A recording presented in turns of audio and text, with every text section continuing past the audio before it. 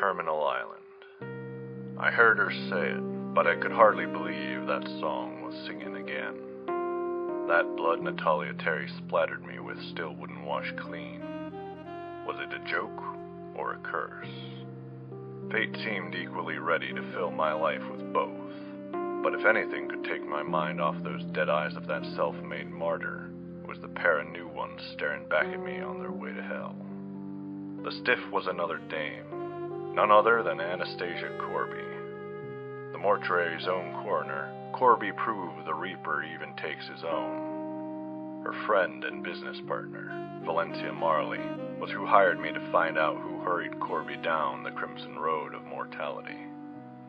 So there I was, at McNerney's mortuary, standing over the proprietor turned tenant, while Mrs. Marley told me the tearful tale. I told her to give me a moment while I set up my tape. That machine's a pain to cart around, but I can't quit the habit any more than the drink. So I set it rolling and we set to talking. All right, Mrs. Marley, if you just play it from the top one more time, what is your association with Miss Corby? I helped her run this mortuary when her father went off to the war. When he didn't come back, we kept running it, and have been running it ever since. And as far as you know, no one thought her the Scrooge to your Marley? What? No one had any scores to settle? Scores? No! Everybody thought well of Anna. She was a doll. It's just... Yes? She and Mr. Hardy didn't exactly see eye to eye. Hardy? Cassius Hardy? Yes, our hearse driver. You know him? Could say that. Our eyes weren't quite parallel either back on the USS Iowa. Then you know about that too? Had a hand in catching him. Oh, I had hoped you wouldn't know. Why is that? Well, having his past, I'm sure he's top of your list of suspects. I just don't think that's fair, Mr. Foley. Hardy's given me no trouble. He's done his job and done it well. He's a good man, and I pity him because of how long the Iowa's been hanging over his head. I pity him too. I pity his poor memory. Why, as I recall, just a few bucks could make him forget he was on guard duty, make him forget to check the locks or sound the alarm. Someone died because of his forgetfulness, Mrs. Marley.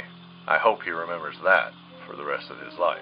I know what he did, Mr. Foley, truly, I do. But he's not like that anymore. He's changed. He ain't the sort who'd kill Anna. Mrs. Marley, you hired me to find who killed your friend. I suspect you did that because you think I'm up to the task. I don't know what inspired that trust, but I ask you to use it now. Just tell me what you know and leave nothing out. I'll do the sorting. I suppose I can do that. Well, you see, Mr. Foley, that someone who did the killing on the Iowa happened to be Anna's someone. Thaddeus Lucy, her fiancé, wasn't one to talk about his work with us womenfolk, not even Anna. Turns out the reason for that was he was dealing in matters no law-abiding citizen would deal in. Crime breeds more crime, uglier crimes too. So, Thaddeus's drug dealing turned to murder. And he used Hardy's memory problem to get away with it. That's right. Overnight, Anna's fiancé went from her white knight to a blood-stained murderer. Then he went that black road down death row. Over the whole thing, Hardy's been the gatekeeper. He never knew it was on the other side, but he opened the door. So Corby blames Hardy. At the very least, he's something of a reminder. But Hardy's no killer. Never was. And what he did do, he doesn't anymore. He's a friend, Foley. He couldn't have done this. Then who could have? Her fiancé was a murderer. Find it unlikely she had no enemies. You have to know Anna had nothing to do with what Thaddeus did.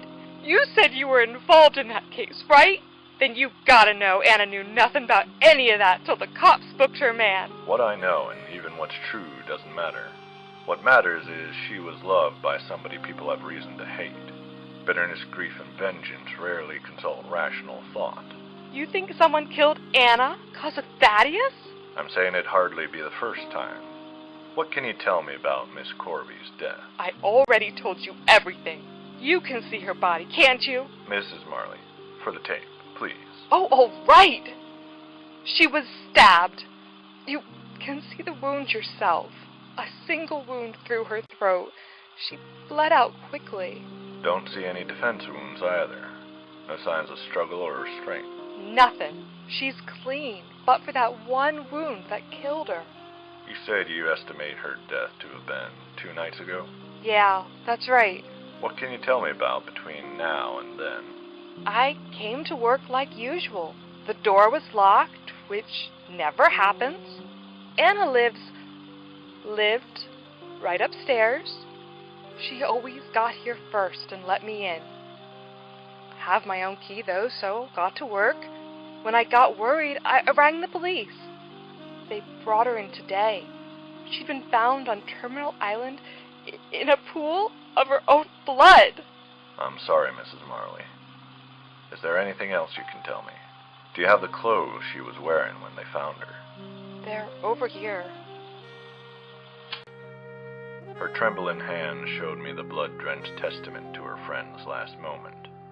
Fate certainly knew how to be cruel to the living and the dead. What could any man say to someone having to tend to her friend's corpse? I doubt even the wisest could find the words, so I didn't bother to try. On the dress, I spied an open pocket made rigid by the dried blood. Inside I found a shining key. That had to mean something, so I took it with me as I stepped out onto the streets of San Pedro. Those streets were as familiar as the uncertainty over how to begin. No matter how many dead eyes I saw, it never got any easier. No matter how many cases I closed, an open one was never less daunting. But measuring mountains never gets you past them. Walking does. And walking happens one step at a time. It was time for that second step, but which one to take? There was the obvious. Head over to Terminal Island to see where the body'd been found. If I was lucky, Sheriff Oakley'd still be there and I could hang on his ear a bit. Or I could track down Mr. Hardy, maybe due for a talk about old times in a new light. If nothing else, he might have seen something Marley's generous eyes couldn't. So I called a cab and set him driving before I knew a destination. Fate began this mess. Only made sense to put her in charge of setting it right. At least, as right as things like this could be.